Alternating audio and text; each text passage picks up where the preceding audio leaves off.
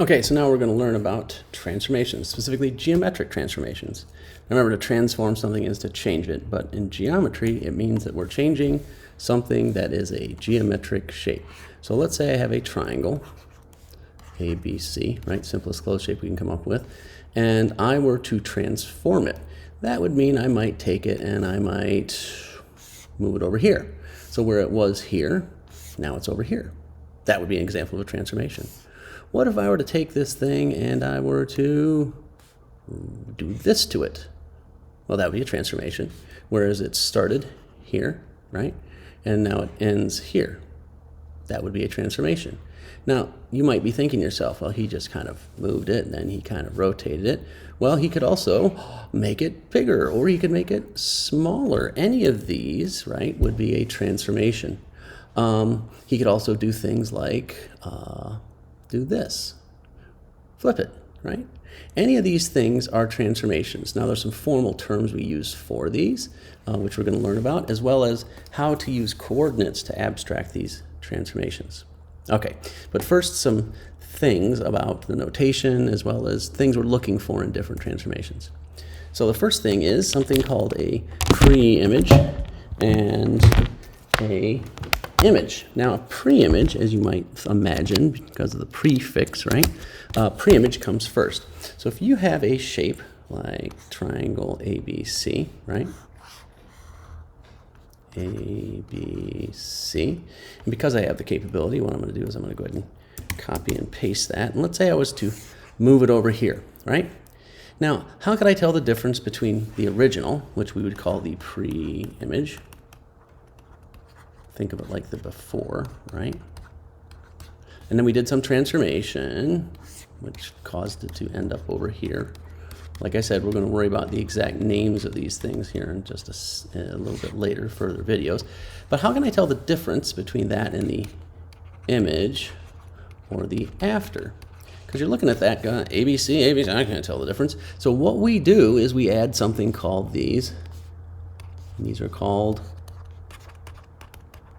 primes. That's right, it's B prime. So triangle ABC, that would be the pre-image, and triangle A prime, B prime, C prime, that would be the image. Remember, pre-image before, image after, and we notate these with the primes. Now, if I were to take and do another transformation, so let's say I took ABC, transform it so it's over here and it becomes A prime, B prime, C prime. And then let's say I transform it way over, well, let's just go down a little bit. What if I transform it down here? So I did another transformation, right? So I've done two transformations in a row. What would I do here? Well, this is already A prime, B prime, C prime. So if I've done one and then now two transformations, I would use two primes, double prime. And so this would be it would still be the image, right? But it would be triangle A double prime, B double prime, C double prime. And that way we know two things have been done to this shape, this transformation and then this, right? So that's how we notate pre-image versus image, so we can tell the difference between the before and after. Notation for transformations. In general, what we're going to be learning about is taking coordinates, x, y coordinates, right? Like 2, 3, and changing them. So what you might see is write the rule for the transformation. You might be asked to do that. And this is an example of what that rule, quote unquote, might look like. So in general, so let's say 2, 3 became 4, 6, right? No, let's do this. Let's make this 4, 7. So this is a possible rule for this transformation, that we took x and we added 2 to it. And we took the y, 3, we added 4 to it. So for instance, this transformation from here to here, so this would be the pre-image, and this would be the image. The rule for the transformation would be that xy becomes x plus 2, that is whatever the original x was plus 2, or the original y was plus 4. So this is like a general map of what's happening to the points. So you might have several points that define a particular shape. There are other ways of notating this or saying what this is, and they're things like t, and then there'd be some number, comma number, and we do that to x, y, and that would become something. Or there's a little r, and then we have an equation, like y equals 0, for instance, and we do that to x, y, and that would become. And then there's a capital R, which is different from little r, right? And it represents something different. We might have some number that we're doing that, and we'll explain what all this means a little bit later. Or we might have an S, and then some other number there, right? These are ways of notating that. So that would mean that all of these here would be the wow. Let's see if I can actually write that in some sort of legible way. Pre-image would be all of these, and then the image would be over here. So whatever's happening to that, okay? But that way we know, above and beyond this, x, y becomes this. This would be a general rule, and this is a valid way. But this gives us even more specifics. It tells us what type of transformation we're going to be learning about. And as you might have figured out, we're going to be learning about 4 different transformations that are notated this way, okay? So isometry, which is a fancy word, right? We would say that something is an isometry. Remember me? Right? So let's say I did this, and then I did a transformation, and it became this. And let's make it a different color just because we can. But we also know that that means then that this is technically A prime, B prime, C prime. How are these two shapes related? Well, it looks like I've transformed this by shifting this over this way, right? So this is my transformation. We can tell the before and after, right? What could we say? Well, it looks like these guys are the same shape, so that we know that triangle ABC is congruent to triangle A prime, B prime, C prime. That is, they have the same size and same shape. We already knew what congruent meant, right? Big deal.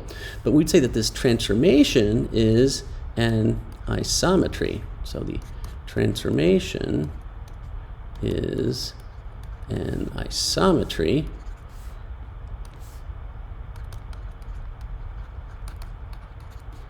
because the pre-image and the image are congruent. Okay?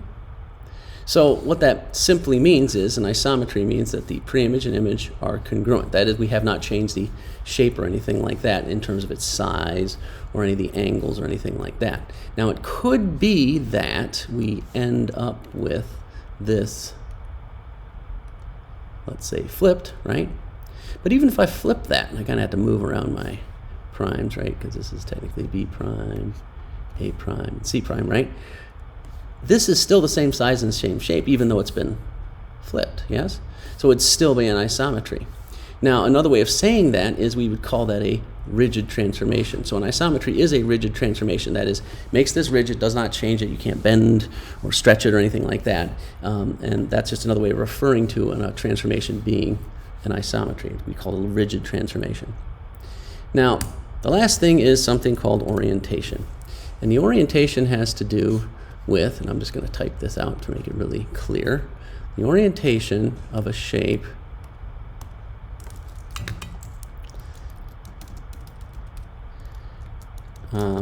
has to do with the clockwise order of the vertices. If this order is the same from one object to another, then the objects have the same orientation. So let's take a look at a couple of examples that might make this a little bit clearer. So if I were to do a transformation, right, and I know this is a transformation y, A prime, B prime, C prime, right? What is the clockwise order? So you need to pick a vertex, like let's say B, and go clockwise. Remember, clocks go that direction. If you're not sure, then find a clock and look at it. Hope it's not a digital clock, because then you're out of luck. So the clockwise order would be B, C, A, right? That's the clockwise order of this original. Now we take a look. We started at B, so we want to pick its corresponding point, in this case B prime, and do the same thing. So its order is B prime, C prime, A prime. Remember, the primes just indicate the transform shapes, but the clockwise order is still that, right? Put that there. Clockwise order is still that. So we would say that these have the same orientation. Okay? So what if we did the same thing? We did a transformation that was different, such that we made the thing bigger, right? So now we're looking at, excuse me while I scroll down here a little bit. So now we're looking at doing a transformation where this is A prime, B prime, C prime, boop, boop, boop, right? So the clockwise order, if we do the same thing, now please bear in mind, it doesn't really matter what vertex I start from. If I did A, then B, then C, this would still work out as A prime, B prime, C prime, still the same orientation. Now I made this bigger, only slightly bigger, but does it have the same orientation? I think you'd say B to C to A, so it's still B prime, A prime, C prime. You just have to pick a start point. I happen to pick B because it's up top, right? So these would have the same orientation. Now, is it possible to not have the same orientation? Well, it darn well better be, otherwise why are we bothering to talk about it, right? So let's say that we did this. Now, if we move this bad boy over here, let's say we did another transformation, so we're comparing the first to the last here, right? So we know that this is A prime, B prime, C prime. So now, because we started here at B, C, and A, so we depict the same start point, that's kind of mandatory, and we go clockwise, always clockwise, B prime, A prime, C prime. Now, I think you'll notice that here, BCA and BAC, those are different orders. So this has a different orientation. And the way we determine orientation has to do with the clockwise order of the vertices, right? And what we're comparing is the orientation of the preimage and the preimage the same? And what we do is we take a look at the clockwise order for the preimage and the clockwise order for the image, and we see if they're the same. If they're not, it doesn't have the same orientation. Now, a couple of examples. So, let's say we had this shape, right? And we wanted to do a transformation. And let's say we wanted to do this transformation like that, right? So if you look at that carefully, it looks like we've flipped this thing over this line, right? Now if we move this line around, obviously the shape is going to move around. If we move the shape around, it's going to, right? Look, if it's closer to the line, it's closer to the line after it's been flipped, and all that good stuff, right? So another example would be this. Now I'm going to go ahead and say is we're going to go from here to here, and then do this.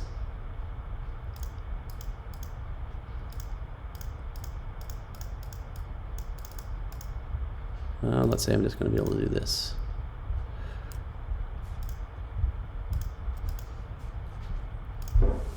There we go. So what happened is, if you think about it carefully, what I've done is I've really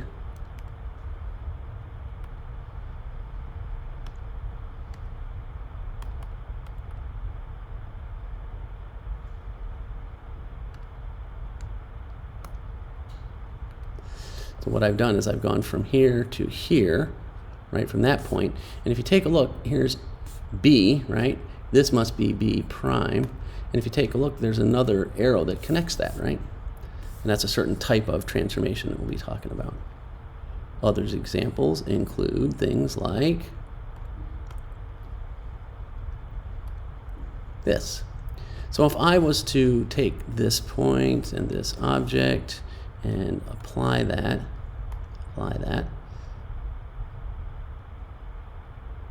Oops, hold on. Oh, I applied it twice, that's why. Okay, so if I look at this then, I would connect these. This is my center, and this is this A, that would make this A prime, right? If I look, the angle between here is my 90 degrees that I had up here, right? Okay, and the last one that we're going to take a look at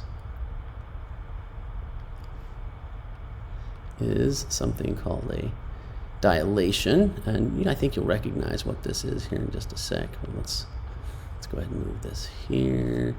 Let's move this bad boy here. And I'm going to go ahead and I'm going to do what is called a dilation. Choose this point, and let's make this exciting. Let's go negative 0.5,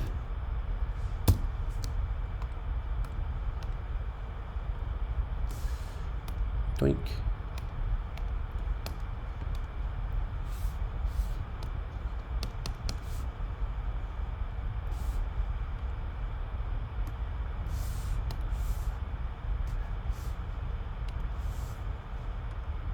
Okay, my dilations are giving me grief here. Let's try one more time. So if I do a dilation here, and I select an object here, there we go, and I apply it, then I end up with my actual thing. So what I've actually done is I've taken and applied it to this, and we'll be messing around with this a little bit more and finding out what's what, but that gives you a general idea of the types of transformations we'll be dealing with.